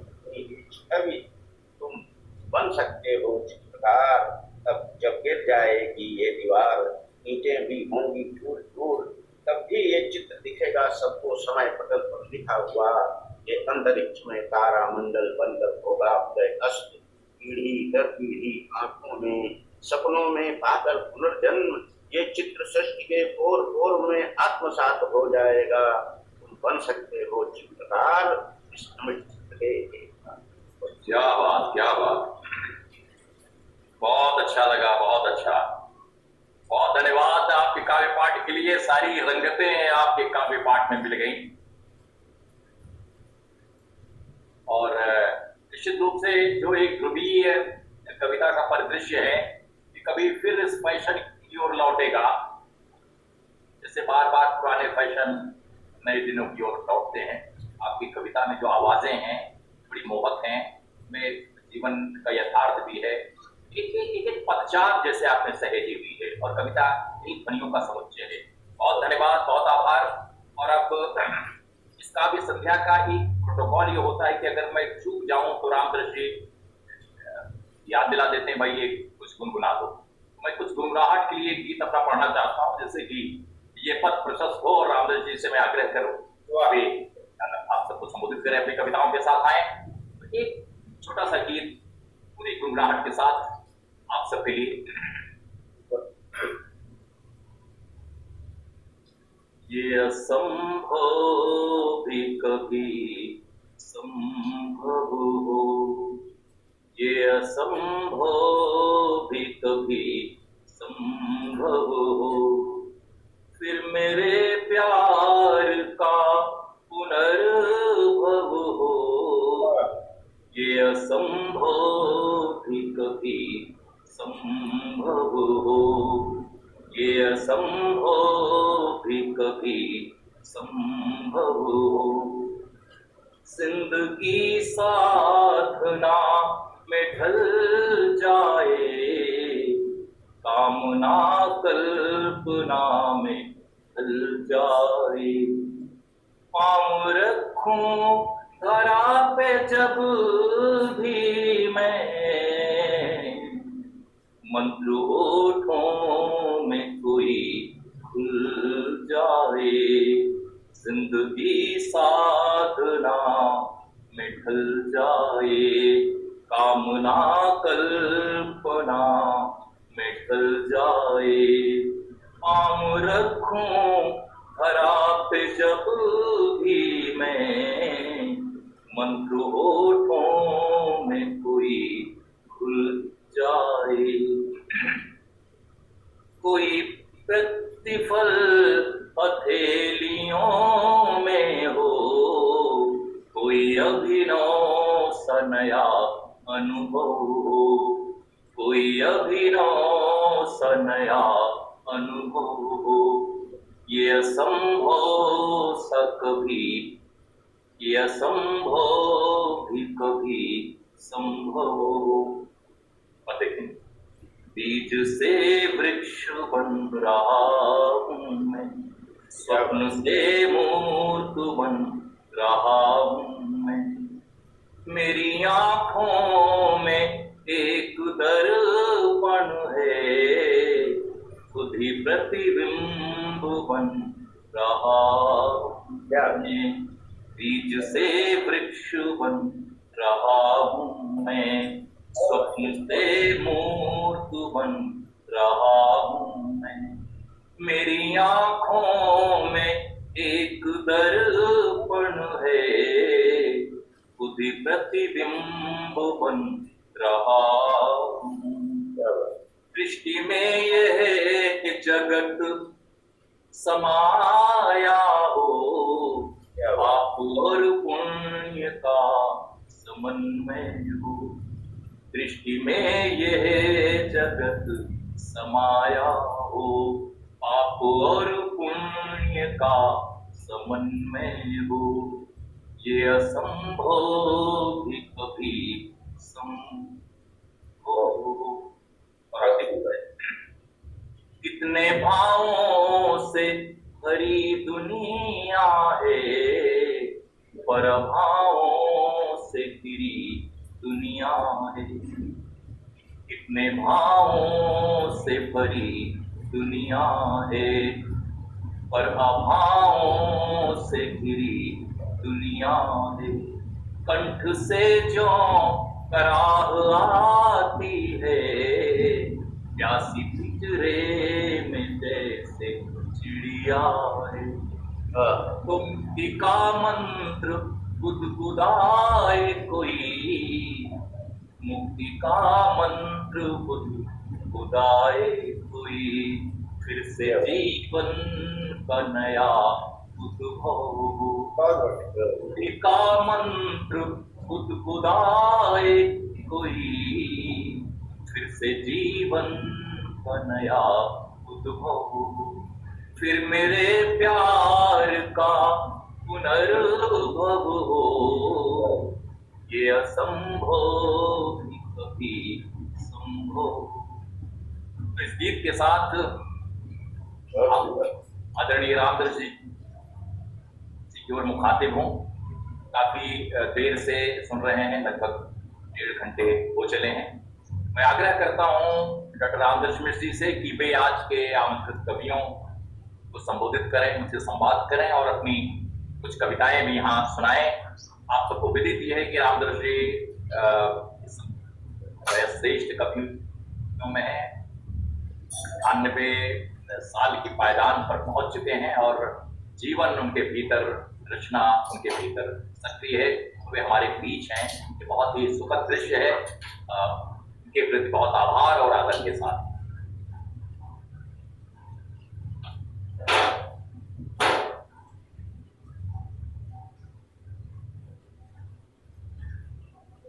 दिनेश कुमार जी, सुभाष राय जी, अरुणदेव जी, मेरे प्यारे तेज मित्र जी, और जो लोग सुन रहे हैं वे उन सबको मैं संबोधित कर रहा हूँ। मैं 98 साल का होने जा रहा हूँ और ओम जी बार बार कहते हैं कि मिश्र जी ने लंबी यात्रा की है और बहुत कुछ देखा है। तो सबसे पहले मुझे अपना मुक्ता याद आ रहा है संदर्भ में। इस समय के इम्तिहानों को सदा ही हम विषम समझे, समय के इम्तिहानों को सदा ही हम विषम समझे, दुखों ने जो दिए तोहफे न तुम समझे न हम समझे। जमाने को समझ लेने का दावा था हमें कहाँ, मगर अब लग रहा है दोस्तों हम कितना कम समझे।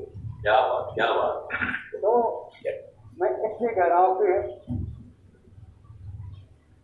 इतना कुछ समझने के बाद भी मैं कितना कम समझा।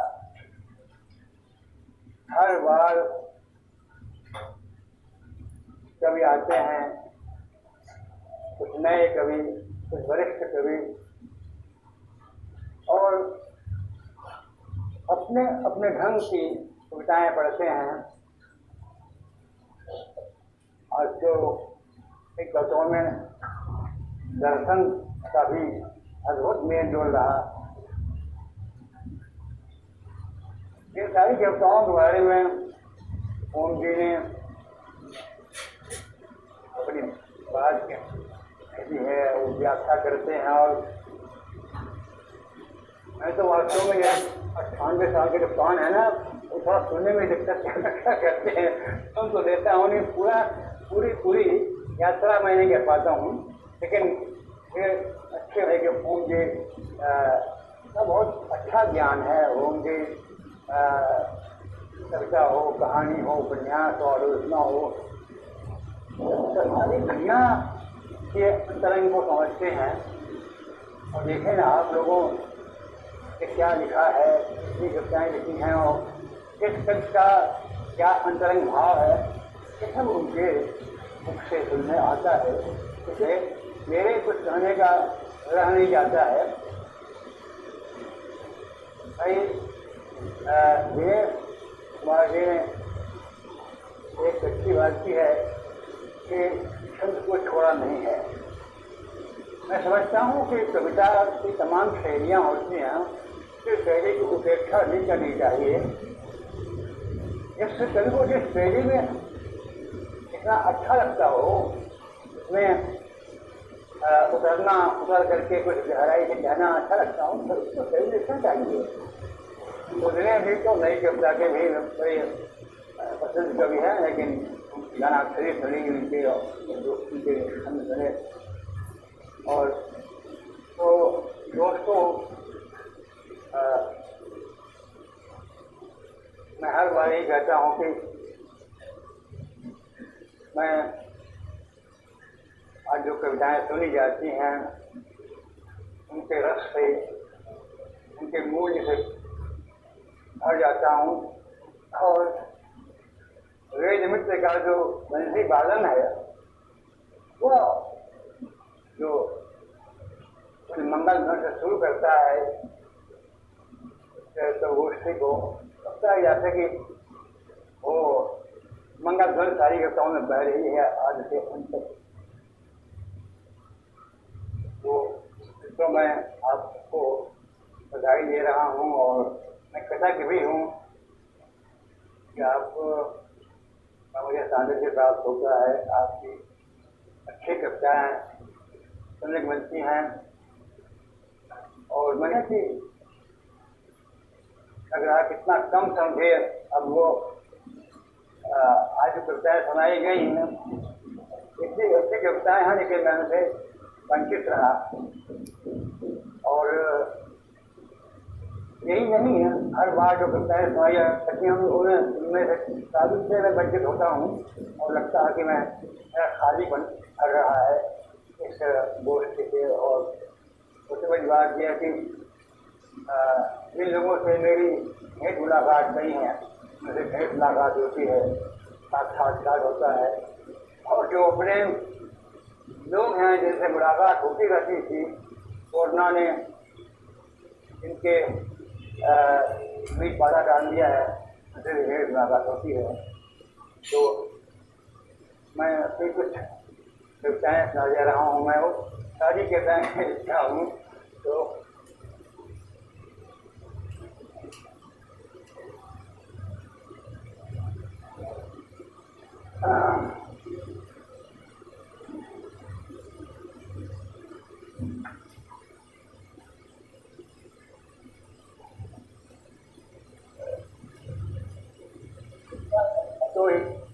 यहाँ हूँ।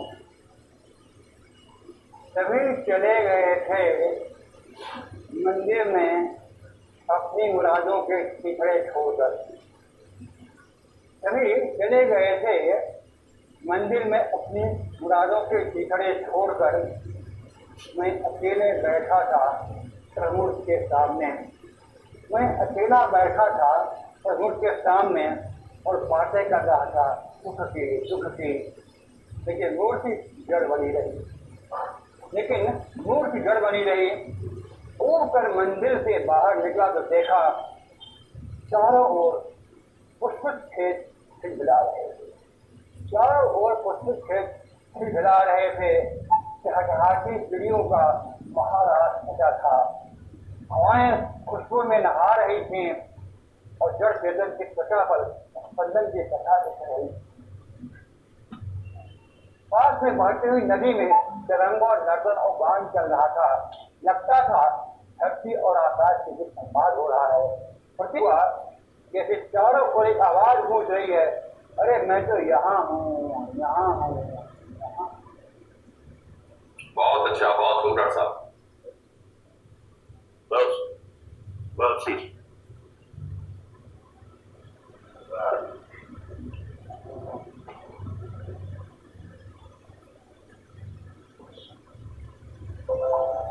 इसी से संबंधित एक पूरी चर्चा है। अपना अपना मंदिर। धार्मिक त्योहार का दिन था, मंदिर रोशनी में नहा रहा था। धार्मिक त्योहार का दिन था, मंदिर रोशनी में नहा रहा था। लोग चले जा रहे थे मंदिर को दीप दान के लिए। मंदिर रोशनी में नहा रहा था, लोग चले जा रहे थे मंदिर की ओर दीपदान के लिए। उसे अपने दरवाजे पर चुपचाप खड़ा देख और उसे सेठ ने पूछा, मंदिर नहीं चलना है? मंदिर नहीं चलना है? आऊंगा आऊंगा, अब चलें। सेठ चले गए। वो कुछ देर बाद निकला और अंधेरे में डूबे एक घर रास्ते दीप रखा है।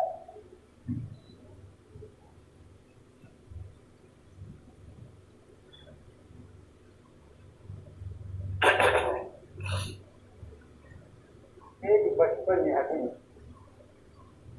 आज मतदान करके लौटा तो दरवाजे पर कुर्सी डालकर बैठ गया। गरीबों के हित में किए गए अनेक राजनीतिक दलों के वादे मन में गूंज रहे थे। उनके द्वारा दिखाए गए सपने कल्पना में तैर रहे थे। देखा टिकट फटे कपड़े लपेटे मैले शरीर वाले 3 कबाड़ी बच्चे सामने से जा रहे थे। देखा टिकट फटे कपड़े लपेटे मेरे शरीर वाले 3 कबाड़ी बच्चे सामने से जा रहे थे। कई कुत्ते उनके पीछे घूम रहे थे। मैंने डांट कर बच्चों को भगाया और बच्चों से पूछा, तुम लोग अपने साथी बचपन को जानते हो? तो अपने साथी बचपन को जानते हो? वो कौन है? एक ने कहा। वो कौन है? एक ने कहा। रात को सपने देखते हो, वो क्या होता है? दूसरा बोला। आज तुम्हारे लिए मतदान हो रहा है, जानते हो? वो क्या चीज है? तीसरा बोला। वे जाने लगे, पाँव में ठोकर खाकर गिर पड़ा। दोनों उसे उठाने लगे। तब तक एक प्रत्याशी नेता गुजरी और उसमें से एक गाड़ी खड़ी। अरे सुअर के बच्चे खड़ो रास्ते। एक मैं और समझ रहा हूँ।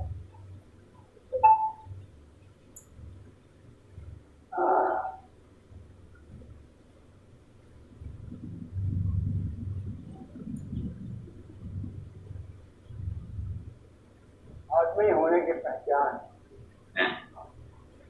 मैं लिखता तो हूँ, कोई साहित्य सिद्धांत मेरे सामने नहीं होता। मैं लिखता तो हूँ, कोई साहित्य सिद्धांत मेरे सामने नहीं होता। होता है अपना और आसपास का जिया हुआ जीवन। होता है अपना और आसपास का जिया हुआ जीवन और जीवन से निकली हुई भाषा। आपका साहित्य शास्त्र अपने को उसके अनुकूल पाता है तो पाले, नहीं तो मसीहा बने रहने के लिए बंध्या बहस करते रहिए दूसरों की भाषा में। नहीं तो मसीहा बने रहने के लिए बंध्या बहस करते रहिए दूसरों की भाषा में। मेरी रचनाएं जैसी हैं मेरी हैं, मेरी रचनाएं जैसी हैं मेरी हैं, जो चुपचाप पहुंचती रहेंगी उन तक जिनका दर्द बोलता है। क्या बात, क्या बात। पहुंचती रहेंगी उन तक जिनका दर्द बोलता है, जिनका राग गूंजता है, जिनका संकट बताता है, जिनके सपनों के पंख फड़फड़ाते हैं, जिनके आस पास के खुले विस्तार में व्याप्त मौसमों की विविध रंग कथाएं आप पता नहीं कल कहाँ होंगे, आप पता नहीं कल कहाँ होंगे, लेकिन मेरी रचनाएं तो कल भी पहुंचती रहेंगी जहाँ पहुंचना होगा, क्योंकि सुस्त सिद्धांत नहीं है, अंतर के छोटे बड़े ज्ञान है, यानी कि आदमी होने की पहचान। क्या बात, क्या बात, बहुत बहुत अच्छा लगा डॉक्टर साहब आपकी उपस्थिति, आपके संबोधन और आपके काव्य पाठ और आपकी जीवंतता, इस सब का एक बड़ा सकारात्मक प्रभाव हमारे कवि मित्रों पर, स्थितियों पर पड़ता है। बहुत आभारी होते हैं आपके यहाँ जी। डॉक्टर साहब कोई और रचना रहे ना? मैं एक जी जी, एक रचना हो डॉक्टर साहब। प्रभु आप सचमुच महान लेखक हैं, प्रभु आप सचमुच महान लेखक हैं, शिखर से शिखर तक की यात्रा करते हैं, शिखर से शिखर तक की यात्रा करते हैं, इसलिए कभी कभी काफी दिनों तक छुप सकते हैं, यानी तैयारी करते रहते हैं दूसरे शिखर पर जाने की।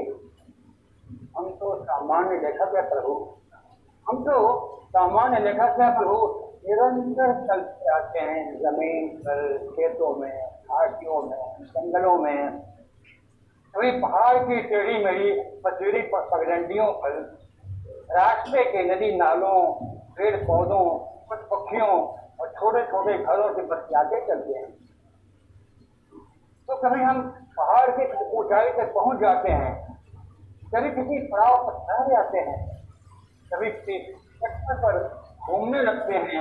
हमारी चिंता यह नहीं होती कि हम कितनी ऊंचाई तक पहुंचे, हमारी चिंता यह नहीं होती हम कितनी ऊंचाई तक पहुंचे, हमारी चिंता यह जानने की होती है कि हम जहाँ तक पहुंच सके हैं उसकी दुनिया हमारी अपनी मन सकती है कि नहीं।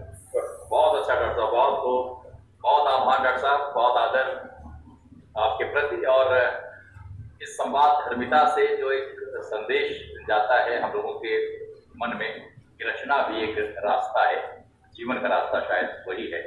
बहुत धन्यवाद हमारे कवि मित्रों, वरिष्ठ कवियों में हमारे दिनेश कुमार शुक्ल जी, अरुण देव जी, डॉक्टर सुभाष राय जी। अपने जैसा कि रामदर्शी ने भी कहा कि जीवन दर्शन को छूती हुई रचनाएं, कुछ आज कविताओं का स्थापत्य कुछ ऐसा था कि उसमें जीवन हमारे सम्मुख का, अगर मृत्यु जी। स्मिता माई कह रहा डॉक्टर साहब पानी होती है। हर बार मैं ओम जैसी अच्छी कविताएं सुनता हूँ और सब सुनते हैं, और ओम जी इतनी सुंदर कविताओं के बावजूद सब लोगों को किनारे रखते हैं, किनारे रख करके हम सबके साथ चलना चाहते हैं। उन्होंने बहुत से गज़लें लिखी हैं, बहुत से गीत लिखे हैं, और बड़े संकोच के साथ यहाँ एक पढ़ते हैं, वो भी मेरे कहने पर तो वो बिल्कुल खामोश ढंग से सबको सुनाना चाहते हैं, सुनना चाहते हैं। और वास्तव में हम सब उनके बड़े कृतज्ञ हैं कि उनका संचालन, उनका सब कुछ कितना अच्छा होता है, ये क्या कहते हैं। जी डॉक्टर साहब बहुत धन्यवाद। डॉक्टर साहब की प्रीति है, और मुझे लगता है केवल मेरे लिए नहीं, बल्कि हाँ जैसा कि दिनेश जी ने कहा कि वे भी उनके पुत्र जैसे हैं। यहाँ पर एक पीढ़ी दिनेश जी की है, एक पीढ़ी अरुण देव जी की है, एक पीढ़ी हमारी और डॉक्टर राय जी की है, फिर वेद मित्र शुक्ल और बहुत सारे यहाँ पर इतनी पीढ़ियों का जो एकीकरण है, एक ही मंच पर इतना वैविध्य है।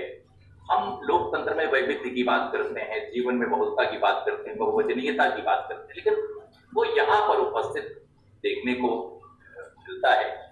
और मेरा होना निमित्त मात्र है। वो साहित्य हमें जो रसज्ञता देता है, जो जीवन देता है, हिंदी के किसी अध्यापक या हिंदी की किसी कवि का बाहरी जीवन में, वित्तीय जीवन में क्या मूल्य है एक्चुअली कहा जाए, वो बस रोजी रोटी उसकी चलती रहे, उसकी कविताओं का करघा चलता रहे, इतना काफी।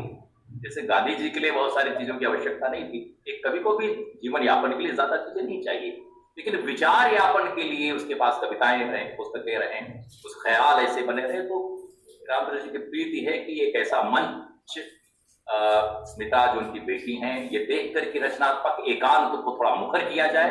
हमारे पापा से मिलने जुलने वाले जो लोग नहीं आ पा रहे हैं, उनके मन के कोने में कहीं कि काश कोरोना नहीं होता तो हम उससे मिल रहे होते। हम जब भी वहां पर जाते हैं 5 मिनट का रास्ता है, लेकिन कोरोना काल में हम नहीं गए कि डॉक्टर साहब को वहां पर खड़ा होना पड़ेगा, फिर मास्क लगाना पड़ेगा, इस संशय और असमंजस में होना पड़ेगा। तो इस संवाद धर्मिता का मंच उपलब्ध कराने के लिए जैसे हम सबकी बेटियां होती हैं, वो उसी तरह स्मिता मिश्र भी हैं जो कि खालसा कॉलेज में एसोसिएट प्रोफेसर है हिंदी की, और वे भी बहुत अच्छा बोलती हैं। अभी उन्हीं का आह्वान है कि वे आएं और धन्यवाद ज्ञापित करें, और वे खुद बहुत अच्छा विवेचन भी करती हैं। आज उनके पास मेरे पास समय कम है, और वे इस काव्य यात्रा जो कि 23वां पड़ाव है, इसका संयोजन भी कर रही हैं, एक संकलन, एक एंथोलॉजी तैयार कर रही हैं महत्वपूर्ण कविताओं की। तो ये भी एक बहुत बड़ा काम है जिसपे पिता ने हाथ लगाया है, और उसको बेटी उसको एक रूप दे रही, साकार रूप दे रही, और सभी कवि मित्र उसके साथ हैं। तो मैं स्मिता मिश्र से आग्रह करूंगा कि वे आप सभी कवियों को अपनी ओर से धन्यवाद ज्ञापित करें। स्मिता जी। नमस्कार आप सभी जनों को। श्री गुरु तेग बहादुर खालसा कॉलेज के वेब जर्नलिज्म और स्पोर्ट्स इकोनॉमिक्स मार्केटिंग एलुमनाई की ओर से एक हमने यात्रा शुरू की थी कोरोना के घनघोरतम अवसाद काल में, जिसका उद्देश्य सुदूर कोने में पड़े मेरे विद्यार्थियों को डिस्पाइट ऑफ ऑल ऑड जीवन के प्रति एक उम्मीद बनाए रखी जाए, और एक सेतु हमारे बीच में हम जहां पे भी हैं, जिसके पास जो भी साधन संसाधन है, एक दूसरे को हिम्मत बढ़ाते रहें। और साथ ही दिल्ली से दूर मैं माता पिता को एक घर ले गई थी दूसरे, जिसमें खुलापन था और वो भय नहीं था कोरोना की द्वितीय लहर का। तो पिताजी का जो अकेलापन है वह उसको भी दूर करना, क्योंकि रोज ही फेसबुक खोलो तो न जाने इस भय से खुलता था कि आज जाने किसकी खबर होगी। तो वो उस दर्द, उस अवसाद को कम करने के लिए, उससे थोड़ा सा मुंह मोड़ने के लिए मैंने ये ओम जी से निवेदन किया, और इस तरह की यात्रा हमारी शुरू हुई और चल रही है अनवरत, और जिसे हम पुस्तक प्रकाशन के रूप में इसको साथ में लेके आने वाले हैं। आज की यात्रा वेद जी की मांगलिक प्रारंभ से हमेशा की तरह प्रारंभ होती है। मौसम खराब है, बहुत खराब है, लेकिन इसके बावजूद रवि ने सब तैयारी की। कविता के बारे में बात करूं तो कविता और गेयता का जो अटूट संबंध है वह हमारे वरिष्ठम पिताजी को छोड़कर जो वरिष्ठ हमारे कवि हैं शुक्ल जी, उनके कविताओं और गीतों से हमें पता चलता है। ओम जी के गीत हर बार मन को छूते हैं, कहीं रुलाते भी हैं, कहीं झकझोरते भी हैं। लंबी रात है पर नींद की अनुपस्थिति का दर्द है, बिखरती सदी का दर्द है और उसमें भी समय की अनुपस्थिति है। शिक्षा विकास बढ़ने के बाद भी मूल्यों में कमी होते जाने पर चिंता शुक्ल जी व्यक्त कर रहे हैं। और सबसे खूबसूरत बात है कि लोक शैली का अद्भुत निदर्शन आपकी कविताओं में हमें देखने को मिलता है। सुभाष राय जी, जागते रहो, जिंदा रहने के लिए जरूरी है, दुखिया सब संसार है, खाए और सोए, दुखिया दास कबीर है, जागे और रोए। तो बस वो याद आ जाता है कि दुनिया के दुख को जानने के लिए जागना बड़ा जरूरी है, लेकिन जागना जो है, जागृत व्यक्ति की यातना का भी अंत नहीं है। ये हमें बहुत खूबसूरत तरीके से एक नए परिप्रेक्ष्य में सुभाष जी की कविताओं से अंदाजा मिलता है। चिट्ठियां तुम्हारे नाम, सुंदरतम, और नदियों के पानी में अपना अस्तित्व तलाश करने के माध्यम से जो मानव सभ्यता की यात्रा पर आप बात करते हैं। कोरोना, उम्मीद की कविता, फूल और जीवों की उत्पत्ति, भारी निराशा के बीच में आशा की उत्पत्ति, यानी दर्शन को एक बहुत एक भारी जो शब्द हमें लगते हैं दर्शन के बहुत इस रूप में सहजता से अभिव्यक्त कर देना। और यही हमारे जो अगले कवि हैं अरुण देव जी, उन्होंने मृत्यु के जो शेष दिए हैं, मनुष्य की जिज्ञासा, हिम्मत, संघर्ष पर केंद्रित कविताएं हैं। और यदि मैं कहूँ कह नहीं सकता किसका अरमा है, ये जो प्रेम यानी प्रेम से शुरू कर रहे हैं हम, मृत्यु पर अपनी कविताओं की यात्रा को समाप्त कर रहे हैं, तो दो प्रेम और मृत्यु दोनों पर प्रभावी कविताएं आप देते हैं। और मृत्यु के दर्शन के जो विविध चित्र हैं उसको इस तरह से व्याख्यात किया है दर्शन को कि दर्शन, मृत्यु दर्शन एक नए रूप में हमें समझ में आने लगता है। और प्रेम के नए उपमानों की जो आपने लड़ी लगाई है वो अगेज बरबस याद आते हैं। और प्रेम के चटकेपन को आपने जिस तरह से व्याख्यात किया है, बड़ा आनंद आया उसमें। पापा की एक रचना से मैं हमेशा समापन करती हूँ। मैं आपको दिखा पाती, हमारी माँ 3 दिन से बुखार में है और अभी मैं उनको दिखा के भी लाई हूँ, लेकिन उनके कान में ये लीड लगी हुई है, उनके सामने एक दूसरा फोन है जिस पर वह बिस्तर पे लेटी हुई सुन रही हैं और आनंदित हो रही हैं। अगर होता तो मैं जरूर आपको भी दिखाती हूँ। पापा की एक गजल है जो 22 जुलाई 2002 को उन्होंने लिखी थी। जिगर से बात करेगी जुबां कहीं न कहीं, जिगर से बात करेगी जुबां कहीं न कहीं, मिलेगा कल जमीन से आसमां कहीं न कहीं। लगी है आग दश्त में है, लगी है आग दश्त में है, परिंदे बेचैन, बनेगा फिर भी उनका आशियां कहीं न। रहूंगा मैं न मेरे कह कहे न दिन फिर भी, रहूंगा मैं न मेरे कह कहे न दिन फिर भी, मिलेगा दर्द में मेरा निशा कहीं न कहीं।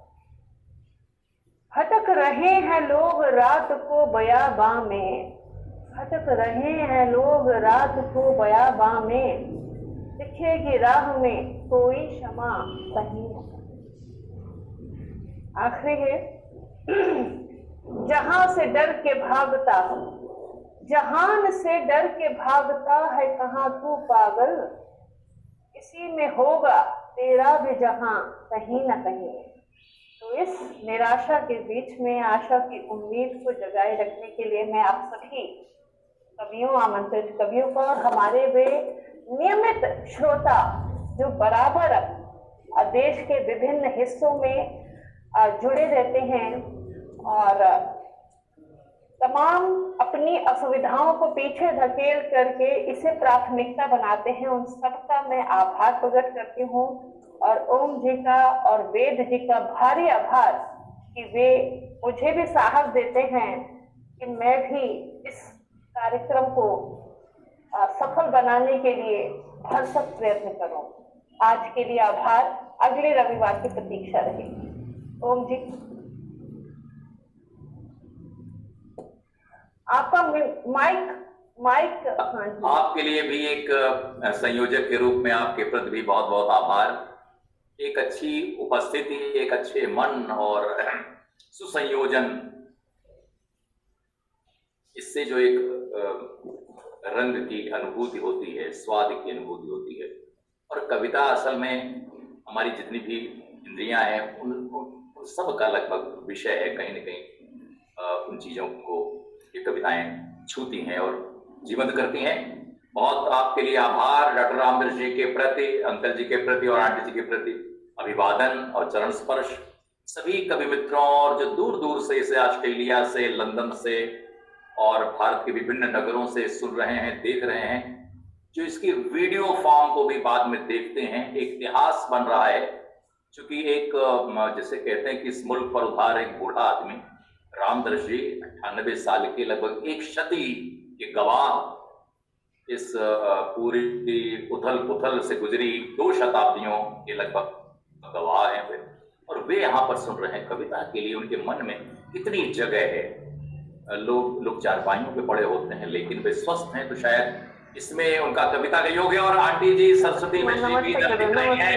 बहुत बहुत आदर अभिवादन सभी कवित्रों की ओर से। अगर वे बुखार में नहीं होती तो रामदर्श जी की वामांग, आज तो करवा चौथ भी है पूरे देश में, वे यहीं पर होती हैं और अपने आप में बैठकर ये लोग संदेश देते रहते हैं कि जीवन इसका जीना चाहिए। रामदर्श जी खुद कितने प्रफुल्लित और हंस रहे हैं। और ये आंटी जी ये मतलब लगभग ये 23वीं कड़ी तक मैंने अक्सर देखा कि वे पास बैठे, एक लीड। ये है ईश्वर की दया है कि हम सब लोगों का दर्शन कर पा रहे हैं। वे भी 92 साल की हैं और 92 साल की युवा हैं पूरी तरह से चेहरे बदन की, और पूरे घर को यही संभालती हैं कहा जाए तो, है ना। ये मैं जानता हूं चूंकि इस रहस्य को। तो बहुत उन्हें अभिवादन, और अपने सभी कवि मित्रों, सुनने वाले जो देश विदेश परदेश, लेकिन तऊ रावरू कहाएंगे इस भाव से जो यहाँ पर खींचे चले आते हैं, सबके प्रति, दिनेश जी के प्रति, अरुण जी के प्रति और सुभाष जी के प्रति। और आज सुधा जी नहीं आ पाई तो एक रंग, एक खनक गायब है, जैसे पायल की कोई झनकार गायब। बहरहाल वे आएंगी, वे भी स्वस्थ हों, उनके पैर में शास्त्र पता है कि कवियों की बड़ी हितैषी है। लगभग 200 कवियों के काव्य पाठ का उन्होंने लक्ष्य रखा हुआ है। लगातार कैमरे और अपने पतिदेव को भी वे संचालित करती रहती है कि इसको इस तरह से कीजिए, इसको इस तरह से कीजिए। और उन कवियों के विवेचन, जो स्टैंड विवेचन है, उसमें बड़ी दक्ष हैं। उनकी आवाज भी अवध की आवाज है, सो बहुत भरी पूरी आवाज है, लेकिन अस्वस्थ हैं। मैं उन्हें इसी भाव से स्मरण करता हूं, उनको याद करता हूं, उनके स्वास्थ्य के लिए मैं कामना करता हूं। और सभी लोगों से एक बार फिर आभार के साथ अगले हफ्ते फिर ऐसे ही अनूठे और अद्वितीय कवियों के साथ इस काव्य संध्या में फिर मिलेंगे। बहुत धन्यवाद, शुक्रिया, शुभ संध्या, शुभ रात्रि, नमस्कार।